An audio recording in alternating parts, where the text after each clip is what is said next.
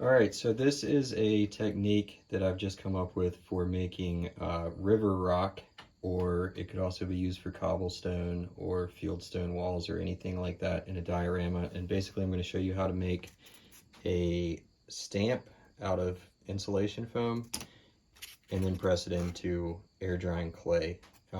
It's really easy. You can cover any amount of space that you want with it, and it's fairly cheap. The tools you're going to need are a hot wire foam cutter. I got this one at Hobby Lobby for $25, and it comes with this, this is the most important part, this little needle type tip.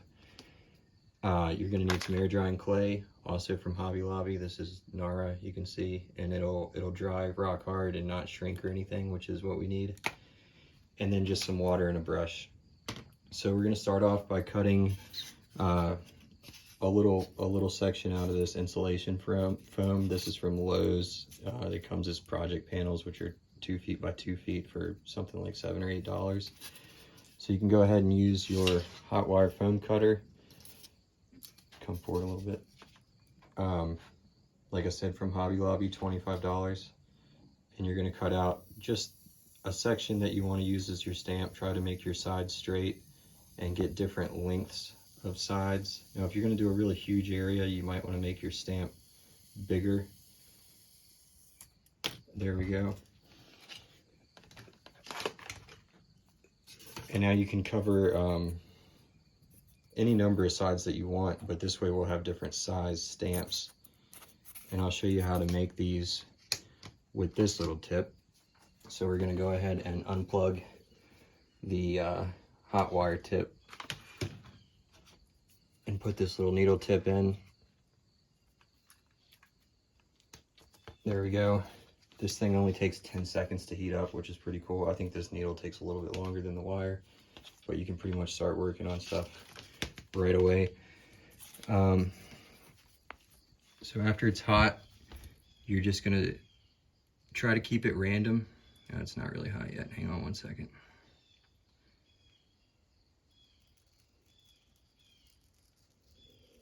And like I said, you're just making a stamp that's going to impress smooth stones or cobblestones or whatever you want into your clay.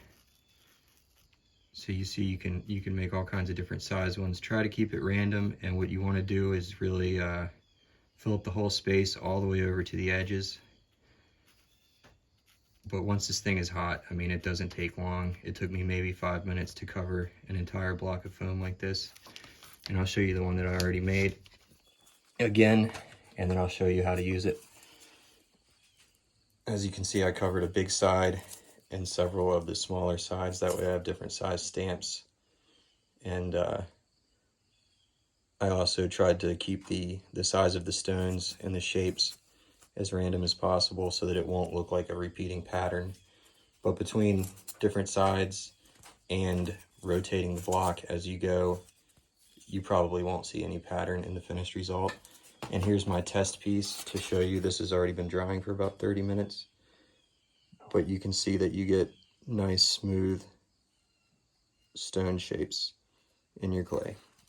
All right, so I'm gonna bring over the diorama that I've started recently and go ahead and do this for real.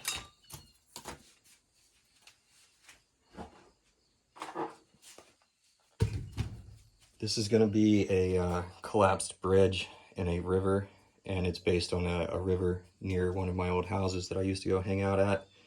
It's actually a bridge that got torn down last year. But this is the Nara clay. You don't have to use a glove, but it keeps you from getting fingerprints in there.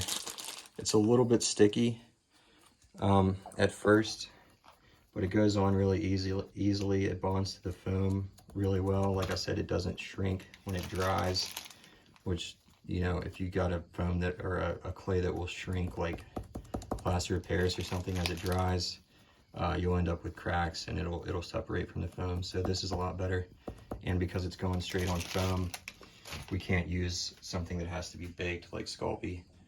What I like to do is take a little bit of water on the tip of my finger and smooth it out, and this will also keep it from being sticky. You can also use the brush for this, but if you've got gloves, you really don't need it. a little bit of texture or variation in the, you know, it doesn't have to be smooth like a sheet of paper, because that wouldn't be very natural anyway in a river bottom. So there we go. And now we're just going to take our block of foam. Another thing that happens when you're using the hot wire poker is it kind of, the foam loses its squishiness. You know, it gets pretty firm as it gets melted. So that's good. Here we go. Just press it right in there.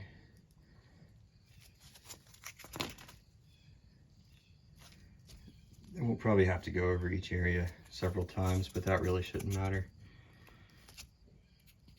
to get rid of some of these smooth spots.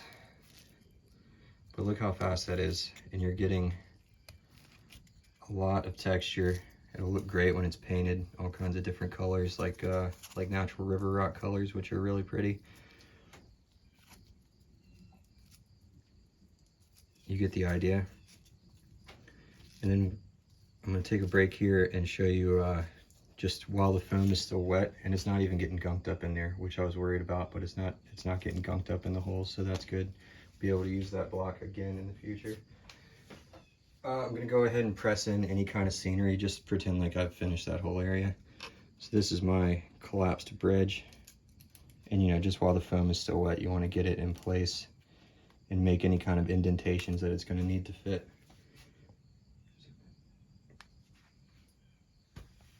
And there you go, you've got river rock texture, or you could use it for cobblestone streets or fieldstone walls or anything like that on buildings.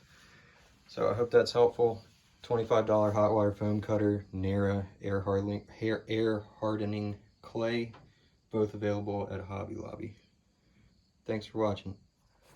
So here's a look at what I was able to do with the camera off when I'm not in panic attack mode, because talking on the camera freaks me out for some reason.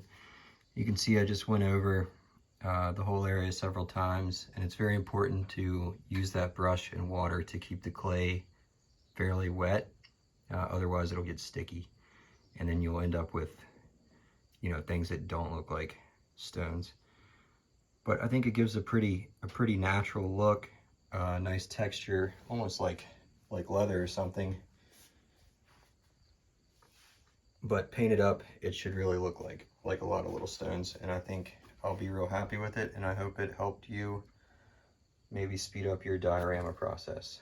Thanks for watching.